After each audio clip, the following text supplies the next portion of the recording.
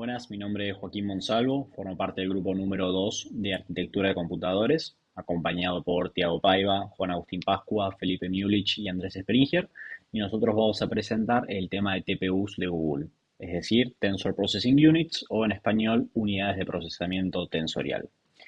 Con respecto a lo que es su origen, las mismas comienzan en el año 2013, cuando en un laboratorio Google dedicado a redes neuronales, llamado Google Brain, se estaban desarrollando redes del tipo LSTM, es decir, Long Short Term Memory, para la funcionalidad de búsqueda por voz. ¿Qué pasa? A la hora de desarrollarlo y calcular cuál iba a ser la capacidad de cómputo en inferencia necesitada, se encuentran con el tema de que si cada usuario de Google utilizaba la búsqueda por voz, aunque sea 3 minutos por día, eso iba a cubrir, eso iba a cubrir y duplicar la demanda en los centros de datos existentes de Google. Es decir, esos centros de datos también se utilizan para otro tipo de aplicaciones de Google. No podía ser 100% dedicado a lo que es la búsqueda por voz. Por ende, esto era un problema y esto resultaba a partir de eh, el gran poder de cómputo que implicaba esto para una CPU. Entonces, o había que hacer una inversión de capital prohibitiva, que también implicaba una inversión de energía inmensa, o se debían de explorar otras opciones. Se exploró la opción de las GPUs, que son mucho mejor que las CPUs en lo que es poder de cómputo, específicamente en inferencia. Y para que nos demos una idea, en esa época las GPU de vanguardia, digamos, estaba la GeForce 680 y las Kepler de Tesla, en lo que viene a ser data centers. Pero las mismas tenían dos problemas que le afectaban a Google. Por un lado, el consumo de energía. Era un consumo restrictivo para Google, de entre 200 y 250 watts. Y además eran específicamente eficientes en baches largos, no en baches pequeños como los que se necesitaba para la búsqueda por voz. A partir de esto, el cofundador de Google Brain, llamado Jeff Dean, junto con un ingeniero de hardware, se pusieron a explorar la opción de desarrollar un acelerador especializado, que es lo que es una TPU. A partir de eso se lo propusieron a Google y desde Google les dijeron que tenían 15 meses para llevarlo de idea a producción.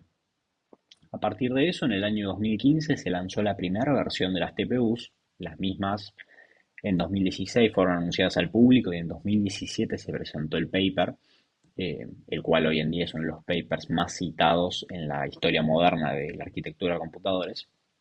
Pero yendo a lo importante, la TPU versión 1 está específicamente hecha para inferencia en IN8 e IN16.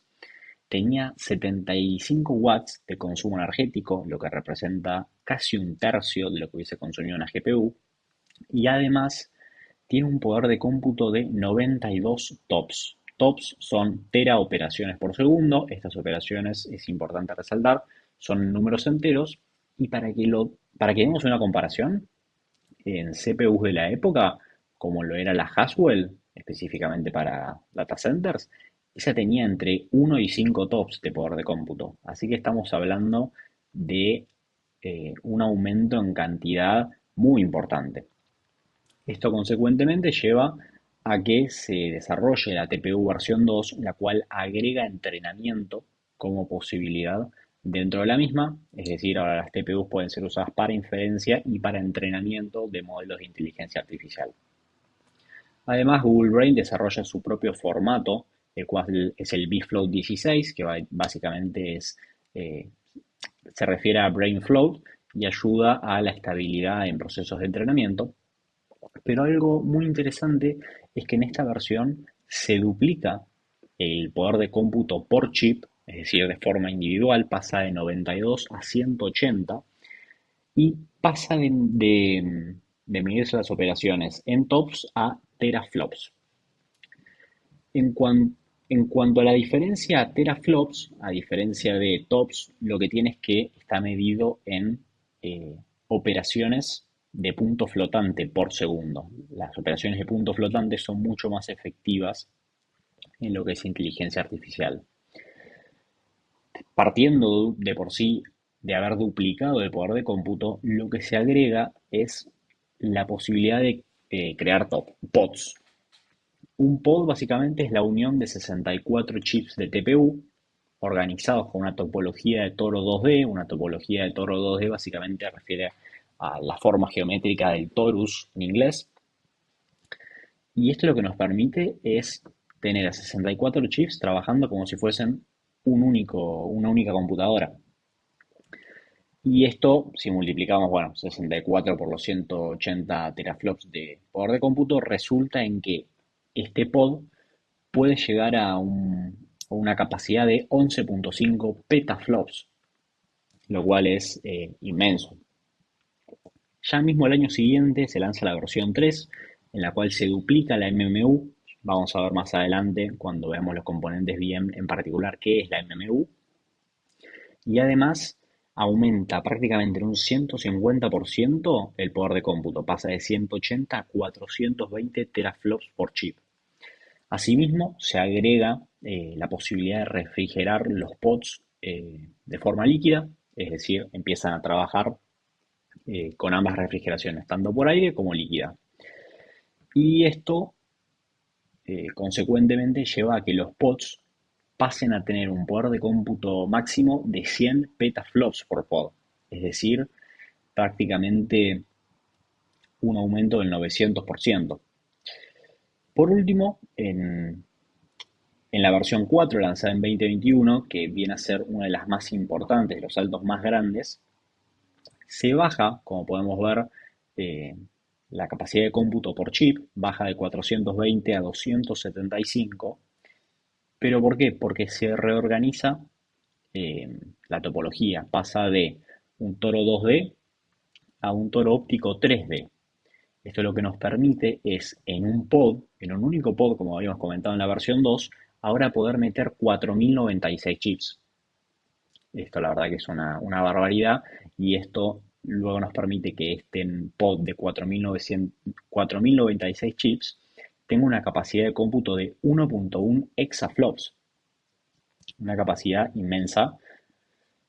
Nosotros, si seguimos acá, vemos lo que estamos charlando recién, los números en inteligencia artificial, vemos la diferencia entre tops y flops, es decir, operaciones por segundo en números enteros y operaciones de punto flotante por segundo.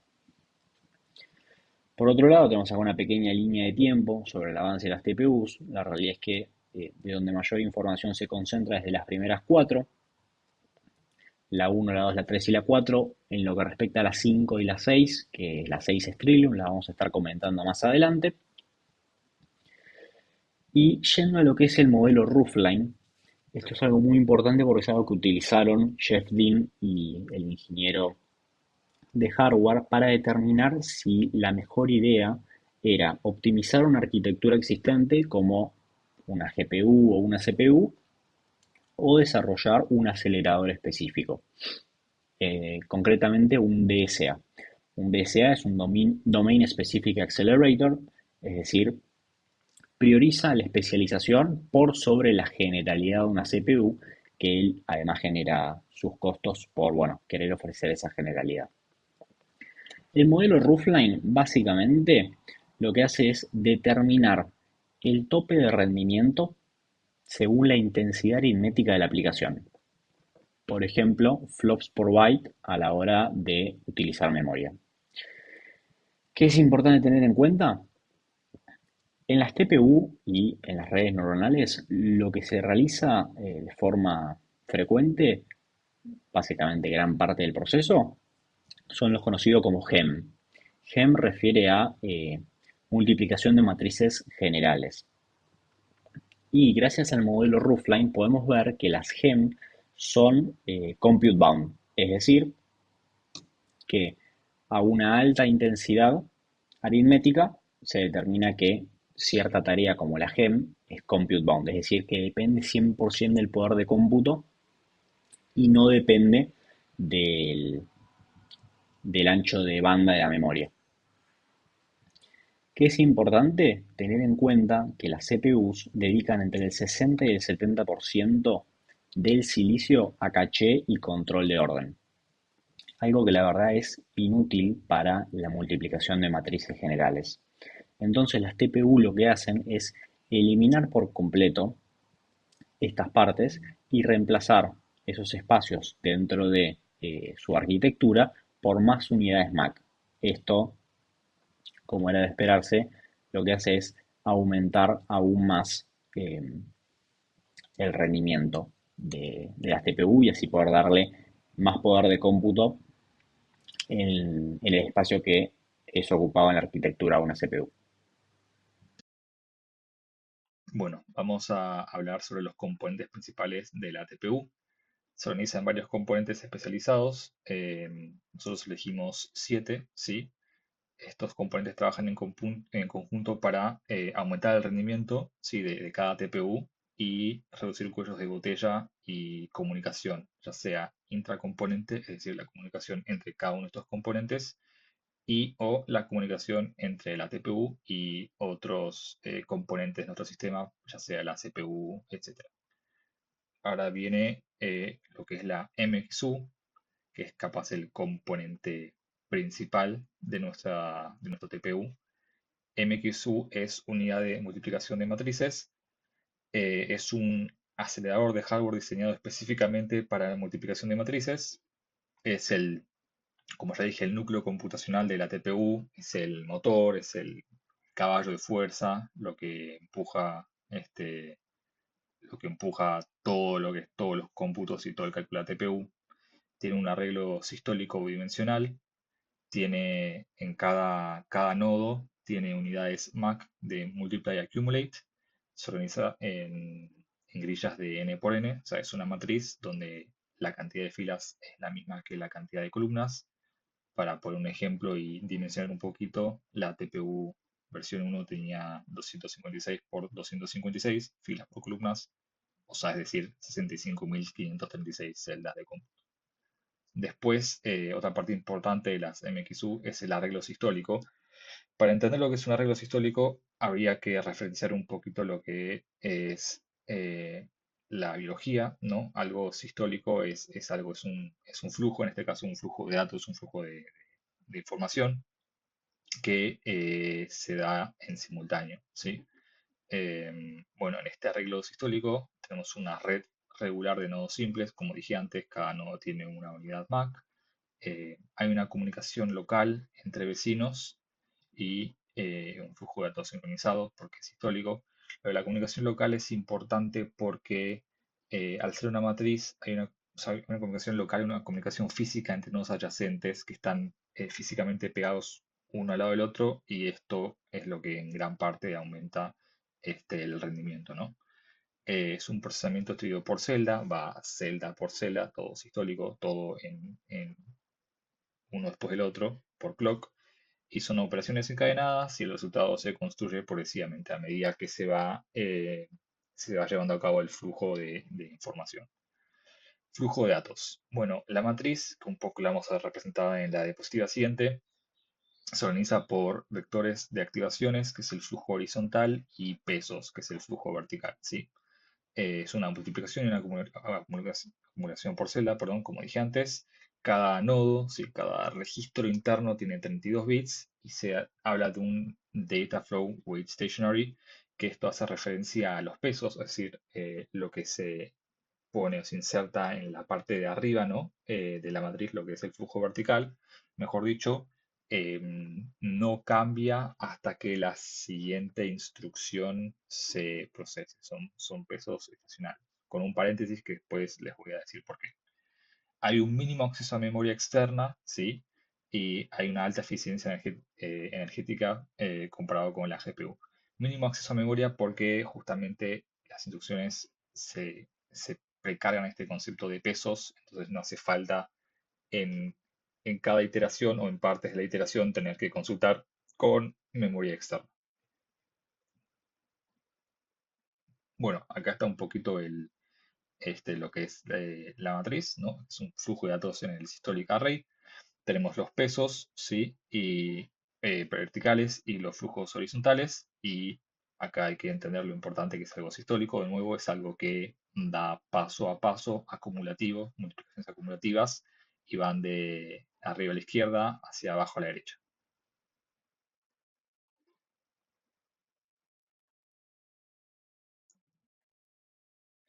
Bueno, un poquito sobre la unidad escalar y el vector unit. Esta es una representación abstracta de un tensor core, ¿sí? Y acá es importante remarcar que la scalar unit y el vector unit, la VPU, son componentes que ayudan en el procesamiento a la MXU. Si en la MXU, como dijimos anteriormente, es el corazón, es lo que se encarga de hacer la mayor parte del cómputo de un TPU. Este Scalar Unit, por ejemplo, es como el direccionador de lo que vendría a ser la CPU, ¿sí? Para hacer un paralelismo. Y también hace operaciones con una única variable. Y el Vector Unit, la VPU, hace operaciones elementales también que capaz no son tan comunes que haga la MXU y sirve como precarga de datos para que después vayan a la MXU, a la matriz. Y todo esto se conecta a la HBM, que es la High Bandwidth Memory, que es la que se encarga de guardar pesos, tensores, entre otras cosas, que un poquito vamos a indagar después. Vamos a la siguiente diapositiva. Acá tenemos el Unified Buffer, que es V, es una Static Random Access Memory, una SRAM de alta velocidad integrada, sí, eso es importante, integrada en el chip. Recuerden que lo que queremos es siempre minimizar el tiempo de espera, ¿sí? Queremos hacer el sistema lo máximo posible. Esta V es de 24 megabytes en el TP de versión 1, el primero de todos. Para que sea una idea, esto ya superaba algunos cachés de L3 de CPUs modernas, ¿sí? Si bien hay CPUs modernas con mucho más caché que 24 megabytes, pero bueno, ya 24 megabytes en su época era bastante. Almacena activaciones intermedias de la red. Todo esto lo gestiona la XLA, que es el compilador XLA, y esto optimiza la transferencia de datos y elimina fallos de caché. Bueno, ahora tenemos lo que es la Weight Memory y el Weight FIFO. Hay algo que se llama memoria de pesos, que es lo que almacena los pesos de la red neuronal, que es la Weight Memory, ¿sí? En el TP1, digamos, llamémoslo TP1, TPB1, esto lo hacía la DRAM, pero después en futuras iteraciones lo empezó a hacer la High Bandwidth Memory, que es un poco de lo que hablé antes, que almacena tensores y almacena pesos. Ahora tenemos lo que es la Weight FIFO. El Weight FIFO es interesante, pues es un buffer que está entre la memoria, ¿sí? Y entre la matriz MXU, que básicamente realiza algo que se llama prefetching. ¿Qué es el prefetching? Es la prebúsqueda de pesos para evitar pausas de cómputo. O sea, es decir, se carga la memoria de pesos junto con el weight FIFO, carga pesos en la matriz. La parte de los pesos son el flujo vertical, digamos. La matriz empieza a calcular, está calculando, todo esto en nanosegundos, obviamente. Para evitar tiempos de espera, se realiza el prefetching. Entonces, antes de que termine la, la instrucción o las operaciones con los pesos anteriores, ya se precargaron los siguientes. Y esto asegura un flujo continuo de datos al MXU. Recuerden, lo que queremos siempre es optimizar, perder la menor cantidad de tiempo posible. Perdón. Bueno, ahora tenemos lo que es activation y normalización.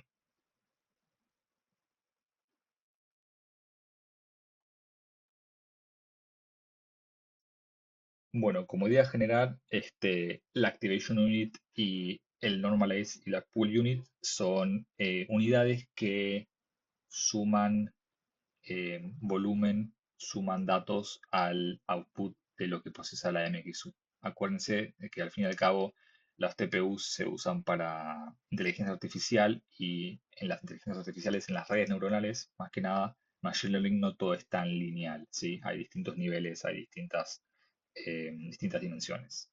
Bueno, el acumulador lo que hace es que una vez que la MXU completa la multiplicación matricial, ¿sí? Los resultados parciales se van guardando en justamente esta memoria, este banco de registros de 32 bits, el que se llama acumulador.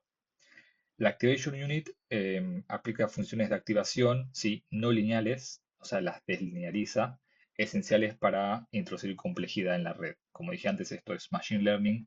Estas funciones son clave y son, por ejemplo, ReLU, Leaky ReLU, YeLU, Sigmoid, TAN y softmax, que son funciones típicas de Machine Learning.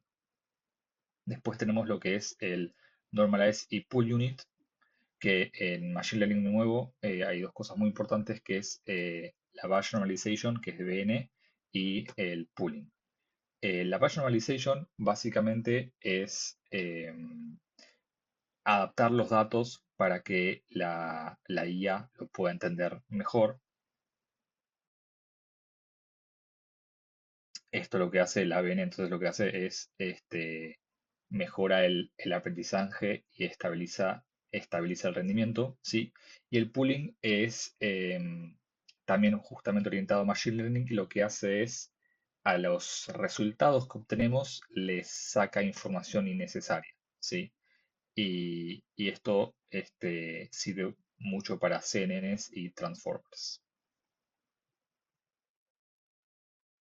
A ver, como una síntesis, digamos, si bien la MXU tiene un nivel de cómputo muy alto, acuérdense que al fin y al cabo son operaciones lineales. Entonces lo que hacen estas Activation Units y lo que es Normalize y el pooling es le agrega profundidad, le saca linealidad para preparar los datos y el modelo a lo que es Machine Learning IA. Ahora vamos a la siguiente diapositiva, si me deja. Bueno, acá tenemos un poco del acumulador, ¿sí?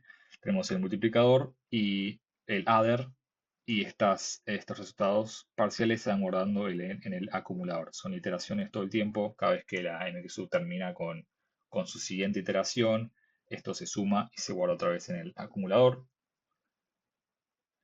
Bueno, ahora pasamos a lo que es PCIe y CI y TPU pods. En lo que es TPU versión 1, sí, se usaba una interfase PCI Express, que era la conectividad con el servidor host, que era la CPU, sí.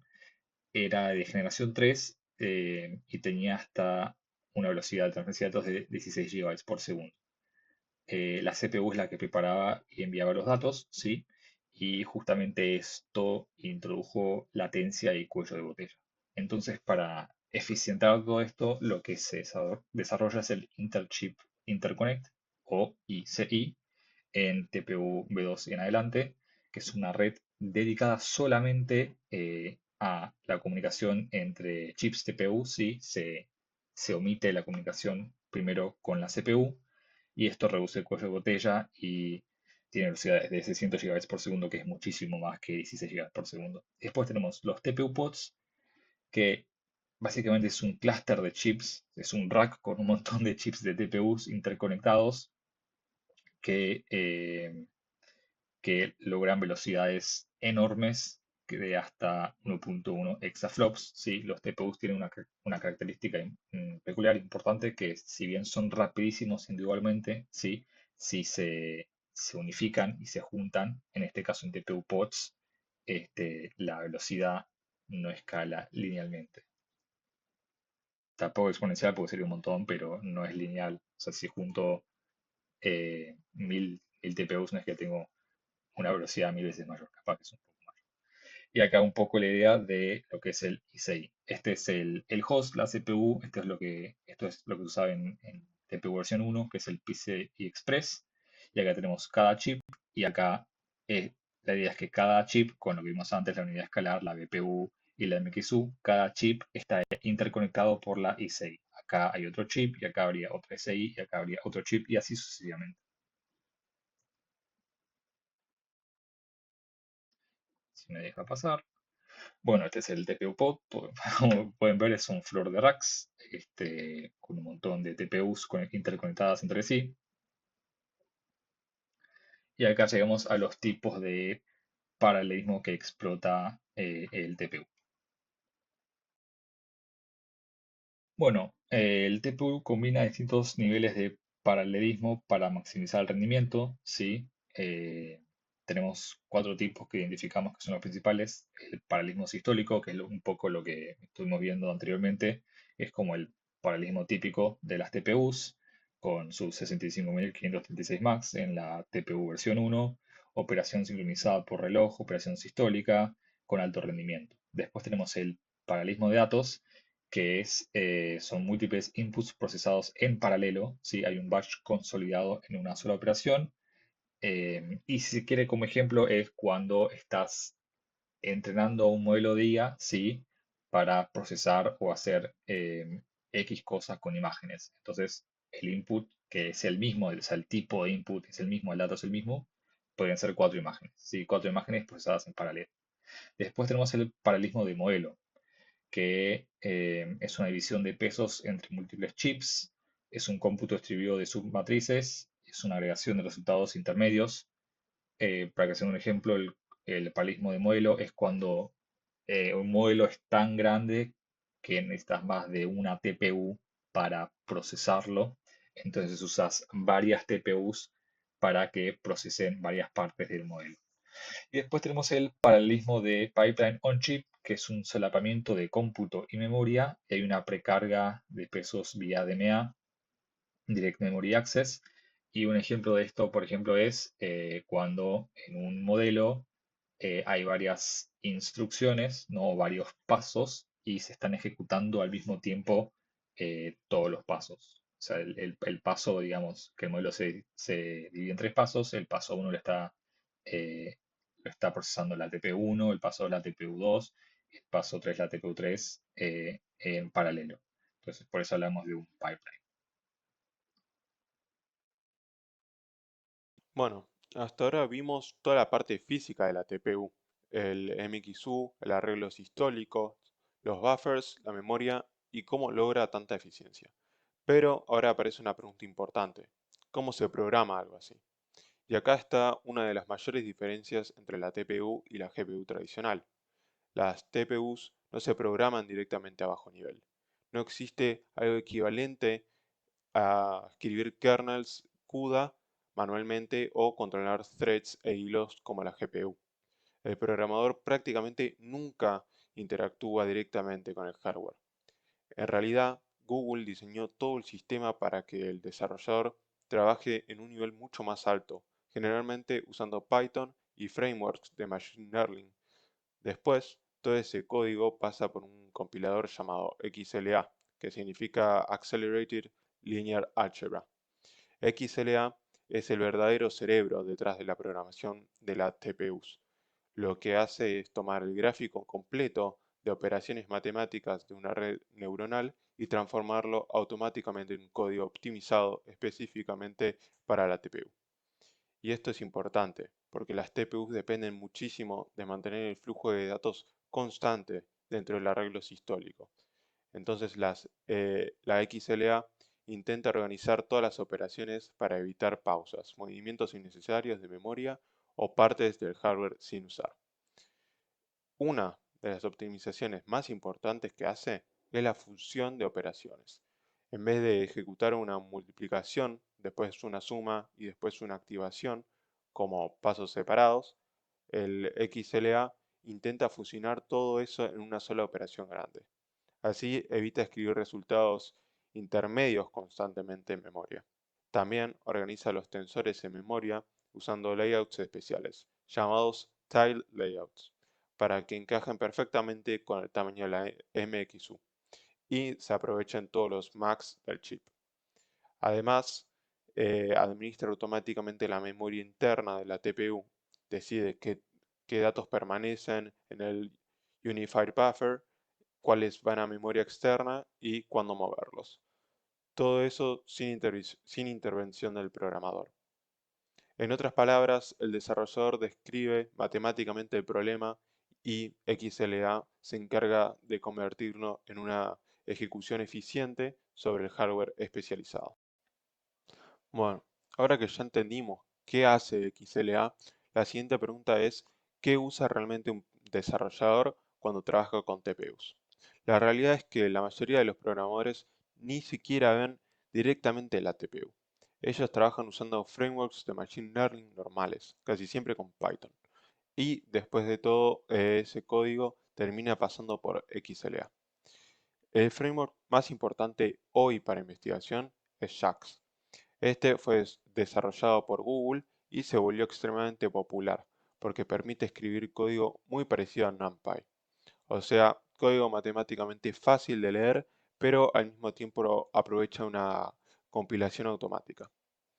Eso hace que el programador pueda concentrarse más en el modelo de inteligencia artificial y menos en detalles técnicos del hardware.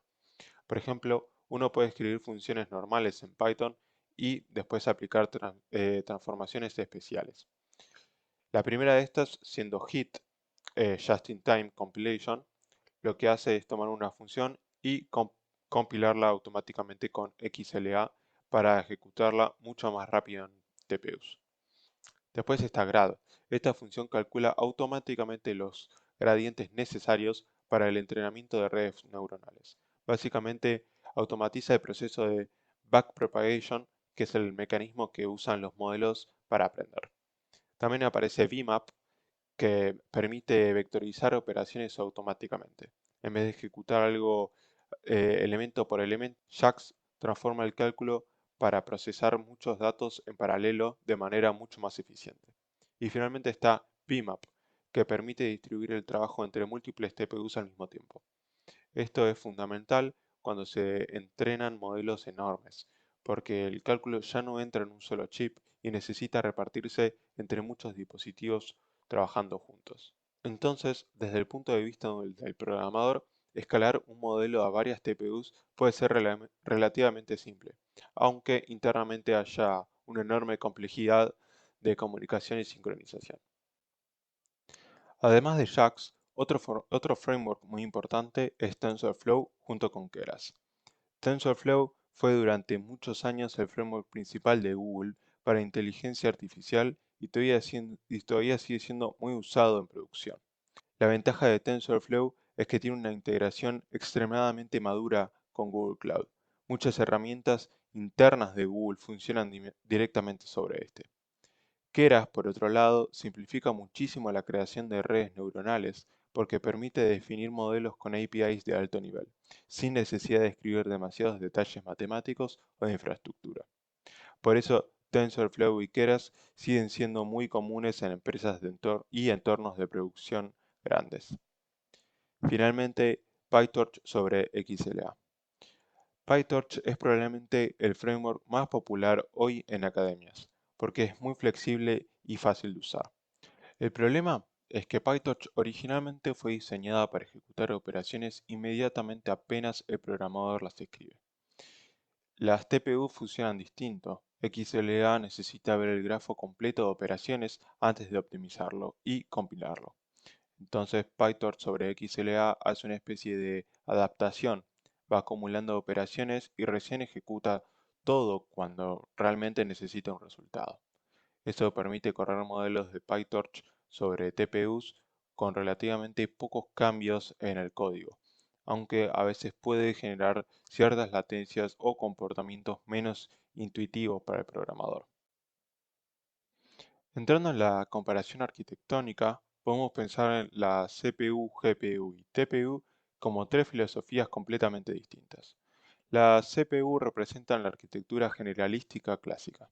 Están diseñadas para hacer de todo: sistemas operativos, bases de datos, navegadores, lógica de negocio, manejo de archivos, networking, cualquier cosa.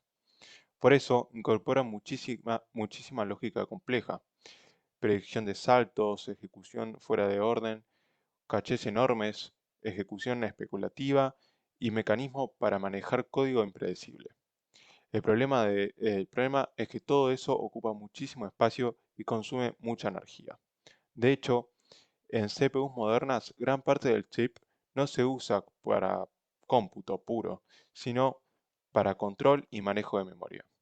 Las GPUs aparecen como un punto intermedio. Siguen siendo relativamente flexibles, pero están diseñadas para un paralelismo masivo. En vez de pocos núcleos complejos, tienen miles de núcleos simples trabajando al mismo tiempo. Con arquitecturas modernas como la NVIDIA H100, además incorporan Tensor Cores, especializados para IA, acercándose bastante al modelo de las TPUs. Pero las GPUs todavía mantienen overhead importante: manejo de wraps, schedules y sincronizadores entre multiprocesadores y sistemas de caché complejos. La TPU toma otro enfoque completamente distinto: Google observó que la mayoría del Deep Learning moderno básicamente se reduce a multiplicaciones de matrices gigantes.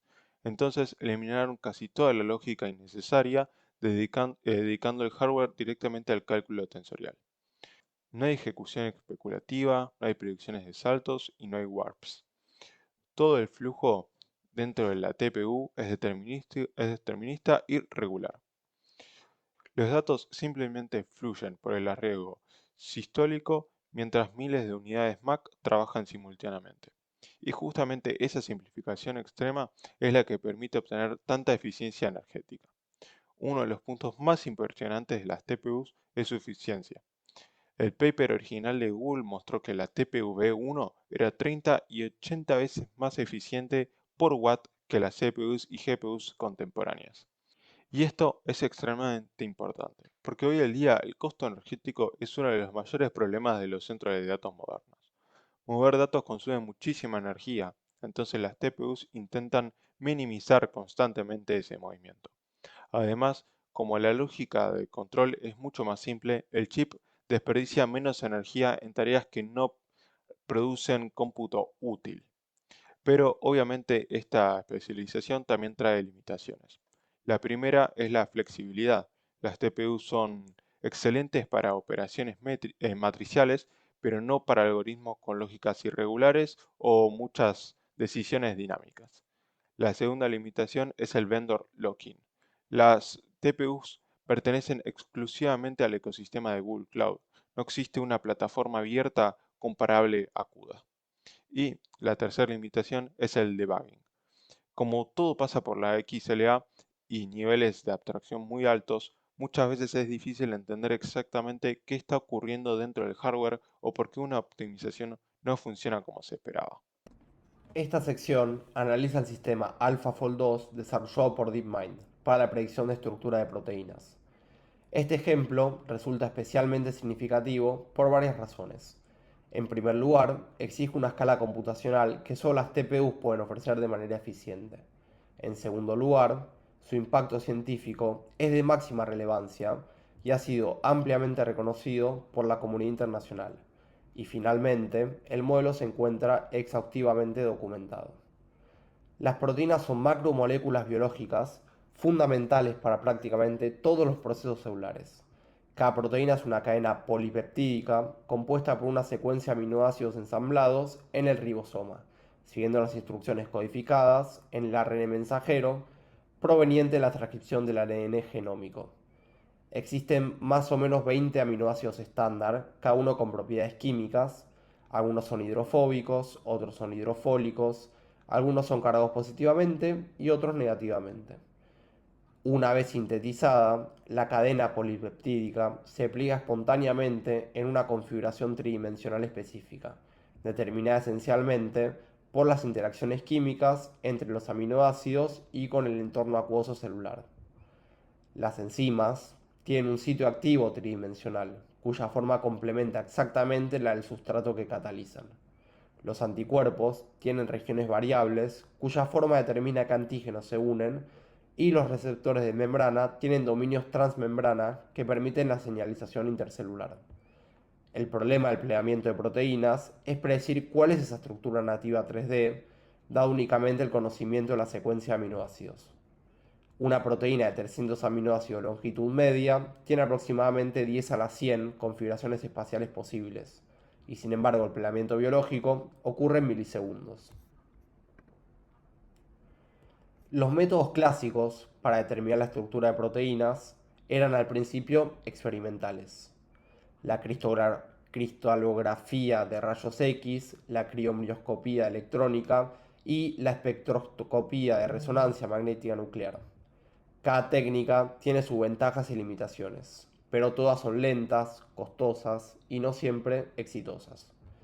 Antes del AlphaFold, los mejores métodos computacionales lograban GTTS de aproximadamente 60-70 puntos en las proteínas más difíciles de Casp. Los métodos comparativos funcionaban razonablemente cuando existía una proteína homóloga en la base de datos con más del 30% de identidad de secuencia, pero fallaban para proteínas huérfanas sin homólogos conocidos. El primer AlphaFold presentado por Cas3 en 2018, logró una mediana GT de aproximadamente 77, un salto notable pero insuficiente para aplicaciones prácticas. El corazón de AlphaFold 2 es el bloque Evoformer, una arquitectura de transformer especializada que procesa simultáneamente dos representaciones complementarias del problema, el MCA y la representación de pares de residuos. El MCA captura la información evolutiva. Las proteínas de distintas especies que comparten una función común tienden a tener secuencias similares. El MCA alinea la secuencia de la proteína objetivo con cientos de secuencias homólogas encontradas en bases de datos genómicas y así creando una matriz de dimensión número de secuencias por longitud de la proteína. Las correlaciones en esta matriz son señales sobre qué aminoácidos están físicamente próximos en la estructura 3D. La representación de pares almacena información sobre las relaciones entre todos los pares de residuos de la proteína, distancias estimadas, orientaciones relativas y otras características geométricas. El Evoformer procesa estas dos representaciones de manera bidireccional y iterativa. Especialmente, el Evoformer utiliza tensión axial sobre el MCA, proyecciones del MCA sobre la representación de pares y atención sobre tríadas de residuos en la representación de pares. El modelo completo consiste en 48 bloques Evoformer aplicados. La salida del Evoformer alimenta el módulo Structure, que produce las coordenadas atómicas 3D de la proteína. El módulo representa la geometría de la proteína como un conjunto de marcos de referencia locales, uno por residuos definidos por una rotación y una traslación. Las operaciones del módulo Structure son diseñadas para ser equivariantes a las transformaciones rígidas globales, lo que garantiza que las predicciones son físicamente coherentes independientemente de la orientación del sistema de referencias. El proceso de refinamiento iterativo pasa el output del módulo Structure nuevamente al principio del Evoformer 3 veces. En cada ciclo, la representación de la estructura se enriquece con la información de la predicción anterior y así permitiendo que el modelo corrija inconsistencias geométricas y refine gradualmente la estructura hasta la convergencia. AlphaFold 2 fue implementado en HAX utilizando Haiku, una biblioteca de HAX desarrollada por DeepMind. La diferenciación automática de HAX fue clave para AlphaFold 2 porque su función de pérdida es muy compleja. No se trata solo de reconstruir coordenadas, sino de combinar varios errores: el FAB, predicción de distancia entre pares, cumplimiento de restricciones químicos y ángulos de la cadena lateral. Calcular el gradiente de todo esto a mano sería básicamente imposible, y la escala del entrenamiento requirió la paralelización a través de múltiples chips TPU. El equipo de DeepMind distribuyó el cómputo sobre 128 núcleos TPV3, equivalente a 16 chips TPV3. Cada núcleo procesaba un subconjunto diferente del valle de entrenamiento y los gradientes se sincronizaban al final de cada paso. La compilación JIT de XLA fue crucial para optimizar los kernels de tensión axial y de actualización triangular, que son las operaciones más costosas computacionalmente del Evoformer y que implican tensores de alta dimensionalidad. La precisión bfloat 16 de los TPU-V3 permitió manejar los enormes tensores del modelo sin exceder la memoria. Bueno, el impacto en Google y cómo impactó a su vez en Google en la industria. Los TPUs en producción de Google se terminaron usando para un montón de herramientas y está detrás de un montón de herramientas que usamos diariamente. Por ejemplo, el buscador de Google, el Translate, el Google Fotos, el Gmail, el YouTube, y está detrás de todas estas, gracias a su gran capacidad de administrar y manejar grandes transacciones en grandes cantidades, y lo que hace que los TPUs logren manejar todo con una latencia menor a 100 milisegundos. Existen diferentes generaciones de TPU. las generaciones actuales las nombramos nosotros, que tienen distintos enfoques. El primero que mencionamos es el TPU B5E y el B5P, que se enfoca en la eficiencia versus entrenamiento a escala. Versus el entrenamiento a escala. Segundo tenemos el TPU B6, que se enfoca en la eficiencia enérgica y la densidad. Después tenemos el TPU B7, Ironwood, que se enfoca en modelos grandes y precisión reducida. Y por último, el TPU B8, que se enfoca en el entrenamiento e inferencia a escala extrema. El impacto que generó Google en la industria es que inspiró a otras empresas a también sacar su producto aplicando estas tecnologías. Y el primero que se puede ver es Meta MTIA, Meta Training and Interference Accelerator. Después tenemos a AWS Trainium, con chips ARM con cómputo vectorial y matricial. Después tenemos a la empresa Microsoft, que sacó Microsoft Maya. Y después tenemos a Apple con Apple Neutral Engine. Voy a pasar por última a las conclusiones, a la última diapositiva. Ahí va. Bueno, nosotros como equipo sacamos 4 conclusiones. La primera es la filosofía DSA, en la que esta filosofía lo que explica un poco es como, en vez de tener algo bueno para todo, como sería una CPU, a veces es bueno, dependiendo del contexto y de los proyectos, tener algo muy bueno en algo, como es la TPU, que se usó en este caso, en el caso que estábamos viendo recién del AlphaFold 2. Después, como segunda conclusión, tenemos la coherencia arquitectónica, en lo que nosotros encontramos acá, que no es solo, que no es suficiente solo con tener un buen chip o con tener un buen algoritmo, sino que es esencial para la eficiencia y que se logre bien el producto, es tener un buen equilibrio arquitectónico, que también tenga un buen hardware, que también tenga un buen compilador, que también tenga un buen framework y que todo sea coherente y equilibrado para lograr los mejores resultados y el éxito y los resultados esperados, obvio. Tercera conclusión que sacamos son los roles complementarios, en lo que encontramos que diferenciamos las CPUs, las GPUs y las TPUs, en lo que cada uno tiene su función y su rol. Por ejemplo, las CPUs tienen un rol para el control y la divergencia. Las GPUs para la investigación flexible. Y por último, las TPUs para la inferencia en producción a escala.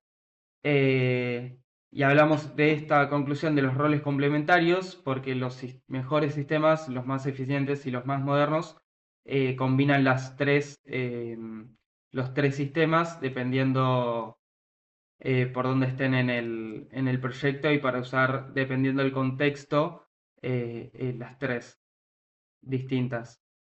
Y por último, la revolución científica en cuanto a lo que fue el AlphaFold 2, que demuestra que el hardware especializado converge con algoritmos avanzados, puede desbloquear avances científicos de impacto global, como lo vimos en el caso de la biotecnología, los fármacos y el desarrollo de la medicina. y de fármacos nuevos. Así que nada, esta es la conclusión y así termina nuestra presentación. Nada, eso.